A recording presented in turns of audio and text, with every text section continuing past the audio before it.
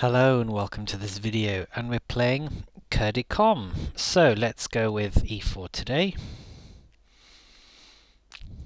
And knight f3. We get a Sicilian defense. Knight takes d4 and knight f6 and knight c3 to protect the pawn. And we got the Najdorf and got a lot of different options here. What I usually always played was bishop c4. Oh, I'll play bishop g5 for a change. And e6. And okay. So I think we can play bishop e2 here. And you can go for queenside castling or kingside castling. You usually castle on the king side in Sicilian, just because I feel like if you castle queenside, you kind of give black the easy time of it. So this kind of suits my style a little bit better. But yeah. So one idea is king h1 and then pushing on with f4. I quite like that idea, so I'm going to go with that one. b5. So I've got a threat now of b4 and then picking up the e-pawn. So I think that we can try queen d3 here.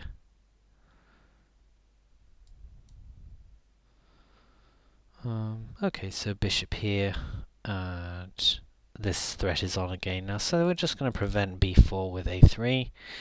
What I want to try and get in is f4.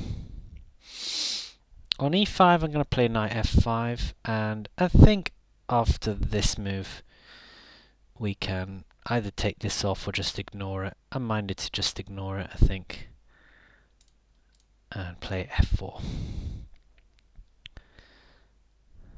Okay, so the exchange of knights happens on d4.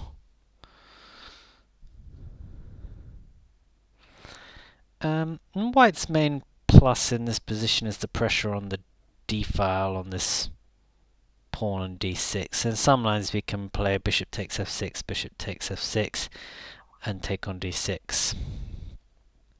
So my next plan is to get a rook to the d-file and then try and put that into operation. So queen c7, e5, d takes, e takes, knight moves. Probably the knight would come to d5. So let's just first of all get this rook onto the d-file like we talked about. Now when we put that plan into action, we'll have a bishop coming to f6 and this c3 knight will be a little bit weak. So I think now I'm going to just bolster the e4 pawn.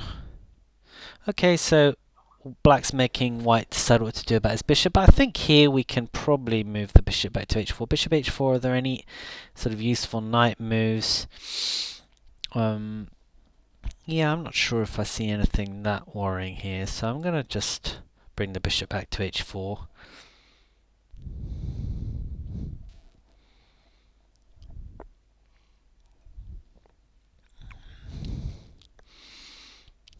So we'll be trying to look for the breaks here. So that's looks like a useful move. So e5, d takes, and get that hit on the queen. Can we play f5 here? f5, e5. e5 takes with the hit on the queen. But we could play then queen takes e5, and if d5, so e5 takes, queen takes here, queen takes, queen takes. Yeah, I'm not sure. Let's just check that one more time. e5, de, queen takes e5. Yeah, I'm going to go with that. I'm not 100% sure about that, but we'll give that a try. Okay, so quick takes, and then queen takes e5. Now the queen is on pre, so black must recapture. Now probably knight d5. Okay, so knight d5 is played. Now, we could try here knight takes d5, which forces black to play bishop takes h4. And then the question is whether we can do anything useful with that knight. And I don't know that we can, but maybe knight c7 is possible. Hitting a6. Not sure. The other alternative is just keep things simple, take on e7. Yeah, I think that's good. Actually, hang on a second, because after taking on e7, that's right. This is nothing concrete. But let's take this now. This is the problem, that we have the e pawn hanging. So now, yeah, that's a problem for us. Because I'd like to go knight e4 d6, but we won't have time to do that. So actually, I'm gonna make this exchange and then defend here. And on rook d2, this is a bit of an issue for me. Okay, so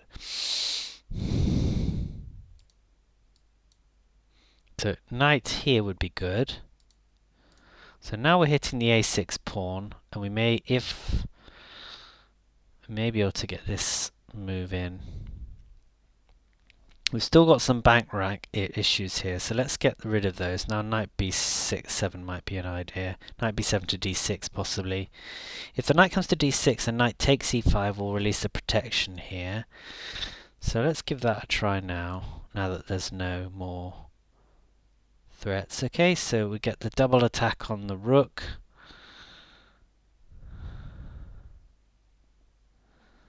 Alright, so I'm going to go for this now, and I'm hoping that we can take on b5 here after the exchanges.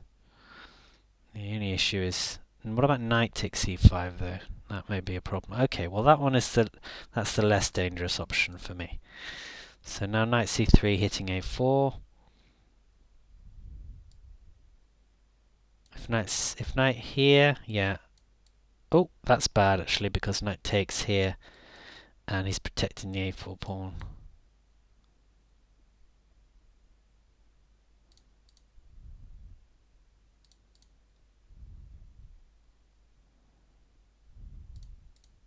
So now knight here. And we get to take that with check. And now let's see. We can't protect the a4 pawn, so let's bring the knight back into the game. After knight takes a3, king d2.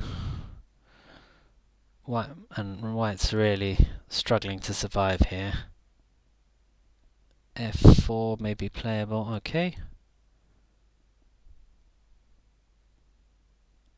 Okay, so got a pass pawn, but I don't think it's worth very much.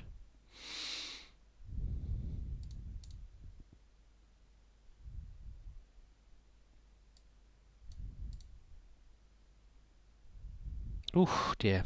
This is not going well at all now.